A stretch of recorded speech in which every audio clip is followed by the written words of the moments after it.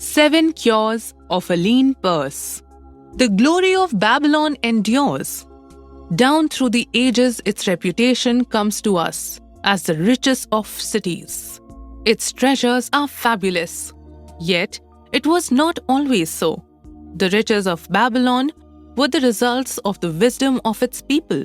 They first had to learn how to become wealthy. When the good king, Sargon, returned to Babylon after defeating his enemies, the Elamites, he was confronted with a serious situation. The royal chancellor explained it to the king thus: "After many years of great prosperity brought to our people, because your majesty built the great irrigation canals and the mighty temples of the gods. Now that these works are completed, the people seem unable to support themselves. The laborers are without employment. The merchants have few customers. The farmers are unable to sell their produce. The people have not enough gold to buy food. But where has all the gold gone that we spent for these great improvements?" demanded the king. "It has found its way, I fear," responded the chancellor, "into the possession of a very few, very rich men of our city.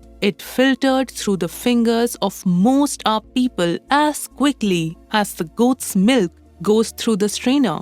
Now that the stream of gold has ceased to flow, most of our people have nothing for their earning." The king was thoughtful for some time. Then he asked, "Why should so few men be able to acquire all the gold?"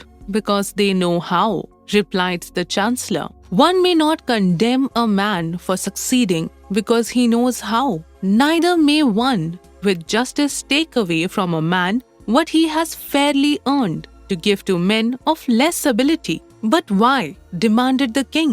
"Should not all the people learn how to accumulate gold and therefore become themselves rich and prosperous?"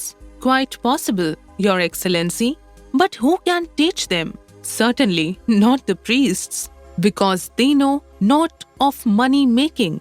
"Who knows best in all our city how to become wealthy, Chancellor?" asked the king. "Thy question answers itself, Your Majesty. Who has amassed the greatest wealth in Babylon?" "Well said, my able chancellor. It is Arkad. He is richest man in Babylon.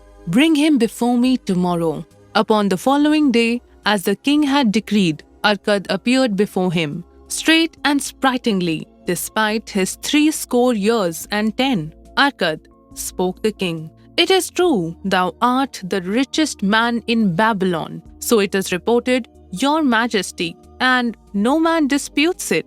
How becomest thou so wealthy? By taking advantage of opportunities available to all citizens of our good city. Thou hadst nothing to start with, only a great desire for wealth. Besides this, nothing." Arkad continued, the king, "Our city is in a very unhappy state because a few men know how to acquire wealth and therefore monopolize it, while the mass of our citizens lack the knowledge of how to keep any part of the gold they receive. It is my desire that Babylon be the wealthiest city in the world. Therefore, it must be a city of many wealthy men. Therefore, we must teach all the people how to acquire riches. Tell me, Arkad, is there any secret to acquiring wealth? Can it be taught?" "It is practical, Your Majesty. That which one man knows can be taught to others." The king's eyes glowed. "Arkad, thou speakest the words I wish to hear. Wilt thou lend thyself to this great cause? Wilt thou teach thy knowledge to a school for teachers, each of whom shall teach others until there are enough trained to teach these truths to every worthy subject in my domain?" Arkad bowed and said, "I am thy humble servant to command. Whatever knowledge I possess will I gladly give for the betterment of my fellow men and the glory of my king. Let your good chancellor arrange for me a class of 100 men, and I will teach to them those 7 cures which did fatten my purse, than which there was none leaner in all Babylon. A fortnight later, in compliance with the king's command, the chosen 100 assembled in the great hall of the Temple of Learning, seated upon colorful rings in a semicircle. Arkad sat beside a small tabouret, upon which smoked a sacred lamp, sending forth a strange and pleasing odor. "Behold the richest man in Babylon," whispered a student, nudging his neighbor as Arkad arose. "He is but a man even as the rest of us." "As a dutiful subject of our great king," Arkad began, "I stand before you in his service, because once I was a poor youth who did greatly desire gold, and because I found knowledge that enabled me to acquire it.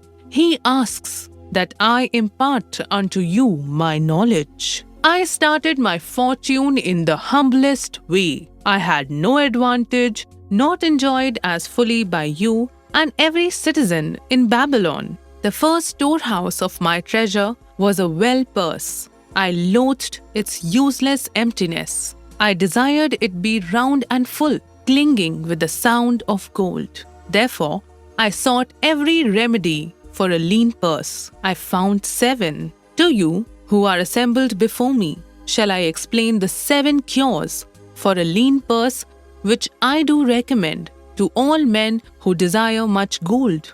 Each day for 7 days will I explain to you one of the 7 remedies. Listen attentively to the knowledge that I will impart. Debate it with me. Discuss it among yourselves. Learn these lessons thoroughly, that you may also plant in your own purse the seed of wealth. First must each of you start wisely to build a fortune of his own. Then wilt thou be competent, and only then to teach these truths to others. I shall teach you in simple ways how to fatten your purses. This is the first step leading to the temple of wealth, and no man may climb who cannot plant his feet firmly upon the first step. We shall now consider the first cure.